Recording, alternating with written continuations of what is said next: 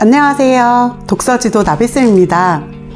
오늘은 저번에 말씀드린 것에 이어서 수준이 낮은 책을 언제까지 봐야 할까요? 그것에 대해 말씀드리려고 해요. 지금 4학년인데 3학년인데 언제까지 수준 낮은 책만 읽어요, 선생님? 이렇게 말씀하시곤 하시거든요. 그런데 만약에 지금 그 수준 낮은 책을 어머님들이 보시기에 수준 낮은 책이거든요. 사실은 우리 친구가 읽기에는 그렇게 수준 낮은 책이 아니에요. 아주 재미있게 읽을 수 있는 책이죠. 그 책을 만약에 읽지 않고 읽게 하지 않고 학년에 맞는 책을 읽게 한다면 어떻게 될까요? 아이가 재미있게 책을 계속 꾸준히 읽을 수 있을까요? 그럼 이제 점점 책과 멀어지게 되는 길이 되겠죠. 아니면 다른 방법도 있긴 해요. 좀 어렵지만 난이도 있는 책을요 공부하듯이 읽게 하는 거예요. 그 방법도 제가 책 제목이 기억 안 나지만 그 책에서 자세히 그 방법에 대해서 나왔던 기억이 나는데요. 아주 한 줄 한 줄 계속 필사를 하게 하는 거죠. 그래서 우리가 소리내서 읽거나 재미있게 하는 방법이 아닌 아주 공부하듯이 힘들게 하게 하는 거죠. 그런데 사실 4학년이면 그렇게 늦는 시간이 아니거든요. 6학년이나 중1 그 정도 됐을 때는 정말 급하죠. 그럴 경우에 중학생이 됐을 경우에는 그 선생님께서 말씀하신 그런 방법으로 하는 거를 저도 추천드려요. 다만 그 아이가 그럴 마음이 있어야겠죠. 그 공부하는 그 아이가 하고 싶은 욕구가 있어야 그 힘든 공부를 이겨내면서 그걸 할 수 있겠죠. 그리고 그냥 보통의 동네에서 보통의 친구들이라면 그 정도면 그렇게 늦은 건 아니라고 생각해요. 그래서 천천히 가도 충분히 모든 아이들이 모든 사회에 나갔을 때 달란트를 다 가지고 있거든요. 그래서 그렇게 하다 보면 한 계단 한 계단 성장하다 보면 분명히 모두 다 자기들 거를 가지고 사회에 나가서 더 크게 사실은 학업으로 성공하지 않더라도 더 큰 성공을 이룰 수 있어요. 우리가 지금 성공하신 분들만 보더라도 학업에서 물론 이제 학업에서 잘 하셔서 성공하신 분들도 계시지만 그렇지 않고 성공하신 분들도 아주 많으시거든요. 우리 아이들도 충분히 그럴 수 있다고 저는 믿고 있습니다. 그러면 어떤 방법으로 꾸준히 읽을 수 있게 하는지 한 2가지 정도로 말씀을 드려볼게요.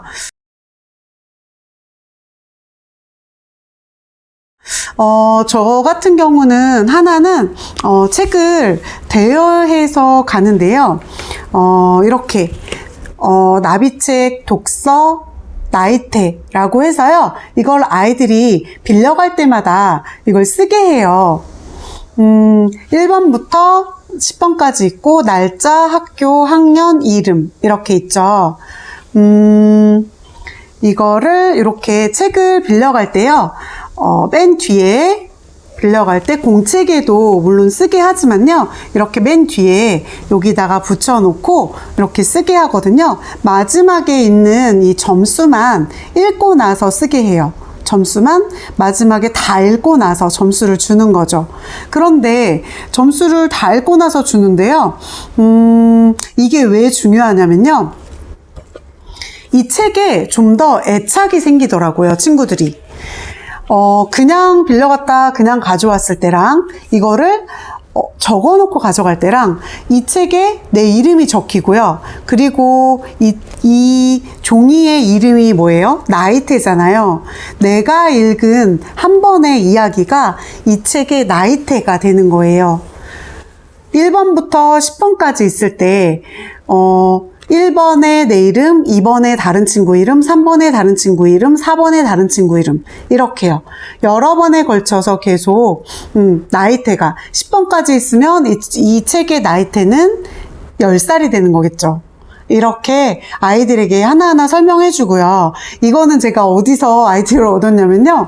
저희 때는 저희 때는 도서관에 그런 뭐 이렇게 바코드나 이런 게 없었잖아요. 저희 때는 도서관에 가면 다 이 뒤에 약간 무슨 포켓처럼 주머니처럼 돼가지고 이렇게 집어넣어서 하는 그런 것들이 있었어요. 그래서 이걸 빼가지고 속에 있는 이런 것들이 이렇게 속에 쏙 들어가 있어서 이걸 쏙 빼서 여기다가 내 이름을 적고 이렇게 저 몇 학년 몇 반 며칠 날 빌려갑니다. 이렇게 써서 선생님 주고 이렇게 주면 선생님이 또 그 다음에 이거 찾아가지고 다시 거기 껴놓고 이런 약간 이런 스타일로 했었죠. 근데 그게 생각이 났는데 여기에 이런 걸 적어놓으면 어떨까? 재밌을 것 같다. 그런 생각이 들어서 한번 해봤는데 아이들이 재밌어 하더라고요. 그리고 책을 골라갈 때도 뒤에 이제 다른 친구들이 어떤 친구들이 봤나? 그리고 몇 학년이 봤나? 그리고 몇 점을 줬나? 이런 것도 보게 되니까 좀 더 책을 고를 때도 훨씬 재미있게 고를 수 있고요. 그래서 이런 점이 아주 재미있는 방법이 되고 또 하나의 약간 책 친구들을 직접 만날 수는 없지만 이런 식으로 간접적으로 만나는 또 하나의 방법이 돼서 재미있는 그런 책을 재미있게 읽을 수 있는 그런 일이 될 수 있었답니다.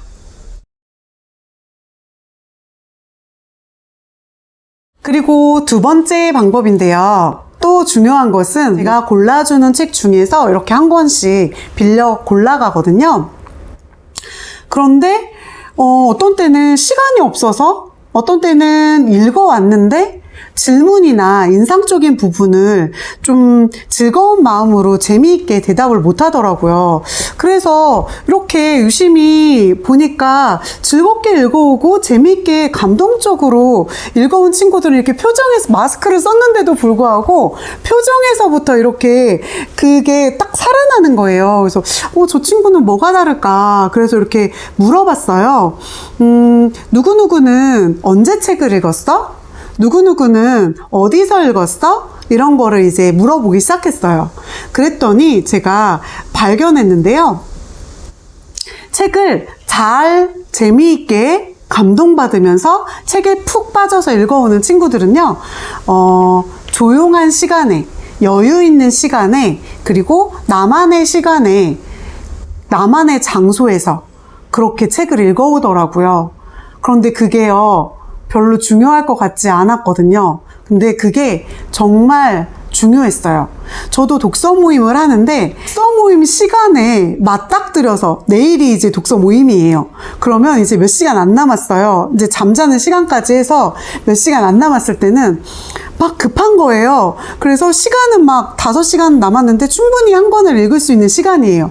그런데 막상 책을 잡고 이제 읽어야지, 이제 시간이 있으니까 읽어야 되겠어 하고 딱 앉으면 머릿속에 글이 머릿속에 들어오지가 않는 거죠. 책은 글씨는 읽고 있는데 마음속에, 머릿속에 그 내용이 입력이 안 되는 거예요.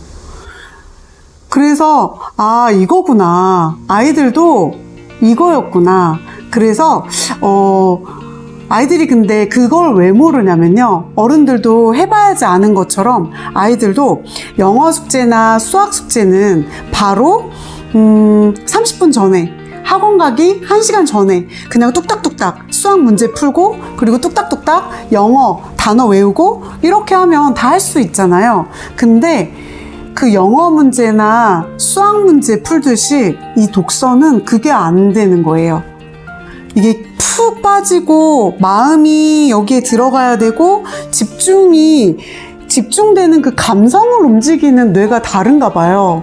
그래서 책을 읽어올 때는요, 미리 오늘 책을 빌려왔다 그러면 오늘 저녁부터 당장 읽기 시작한다던가 스케줄에 넣어라.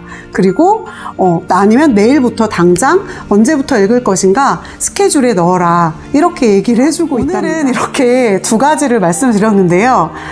별거 아닌 것 같은 사소한 것들이 정말 큰 차이를 만든다는 게 제가 이렇게 영상을 찍으면서 자꾸 똑같은 말을 하게 되는 게 신기하네요. 네. 우리 선생님들도 이런 거 하나하나 조그만한 거라도 한 가지씩이라도 한번 해보셨으면 좋겠고요.